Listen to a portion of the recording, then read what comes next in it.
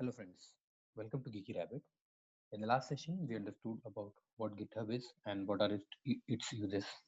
So now going forward, let's do some practical work and in order to understand that how Git can be useful to us. Now to do that, first of all, we will log into our GitHub account and we'll create a dummy repository into which later on we can push our code. So to do that, it's a simple process. Just go and open your GitHub account first and try to log into it.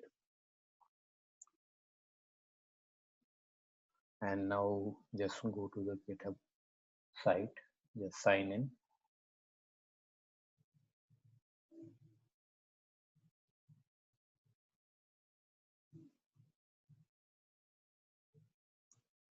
So now after you sign in, if you have created any repository, you will be seeing those. But as I have not created any of the repository previously, so if you go to my profile, there will be no repository here.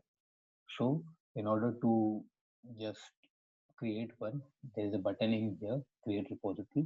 Just click on it, and now you can give any name to it. So let us give git start. Okay, so you can give any repository name, and then if you want to give any description, but that's an optional thing. Now here there are two options. One is public and private. So if you want that anyone can use your code, which you will be pushing on your GitHub repository, then make it public. Otherwise, you can also make it private. But right now, we'll keep it as public, and we'll go ahead and then just simply go and click on create repository. So it will create a repository for you, and now you can see a repository git start has been created for us. Its address is being shared in here, and there are few git commands which will come. We'll be seeing it afterwards. So those are listed in here. And now if you can see, there is nothing in this. So this is a blank repository. So now once your Git repository is ready, you can push your code to it. Now code can also be pushed with the help of different tools that are available in the market, and mostly which are a part of the tools that we actually use to write a code, such as Eclipse or IntelliJ. So the different tools that help us in talking to this Git repository are Tortoise Git, Eclipse, IntelliJ. And now depending upon the tool that is being used in your company or office, you can do it with the help of any one of the commands, the tools above. Now there is another way, which is the basic one to talk to the Git repository, and that is with the help of this Git command, which are mentioned in here. So it's more advisable to learn the basic way rather than to use any of the plugin. Reason behind this is that once you are clear with the basic way, then it does not matter that which plugin or tool is being used in your company or office, and you would be easily be able to talk to your Git repos, and it will become easy for you to work with Git.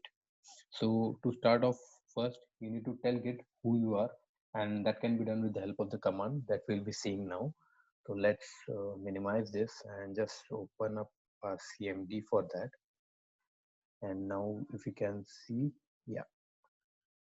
So now first we'll tell Git about the user, and you would be who would be interacting with the Git repo, and that we can do with the help of the following command, that is git then config. So config is used to set any particular user uh, information, and we will be setting it globally. So we will be using global, and then accordingly what we are setting. So first of all, we'll set the name, username. So user dot name, and then in inverted commas we'll give the name. So I'm giving my name in here, and we'll just hit on enter. Yeah, so now our particular username is being set, and now it's time to provide our email ID, and that can be done with the help of a different command, but it's pretty much the same. Get config global, and then in user we are setting the email.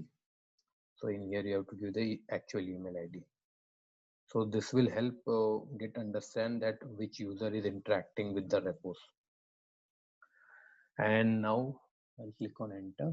Yeah, so now we have set the username and user email for the particular user that will be accessing the Git repo. And now one point you can see here is the things the git commands always start with git, and config commands is used to set any user properties. Yeah, so in this way, we can create a GitHub repository that we can use to push or pull our code from. After doing this, it's time to actually start working with the Git, and for that we had so now initialize the user for that, and now we would be taking a simple project and we'll try to push it to the Git repository that we have created in this session that we can look into in our upcoming session. And yes, that's pretty much for today. And also, if you have liked this video, kindly leave a comment and please subscribe to my channel for enjoying more interesting videos on different softwares that will be coming in. So thank you all and have a good day.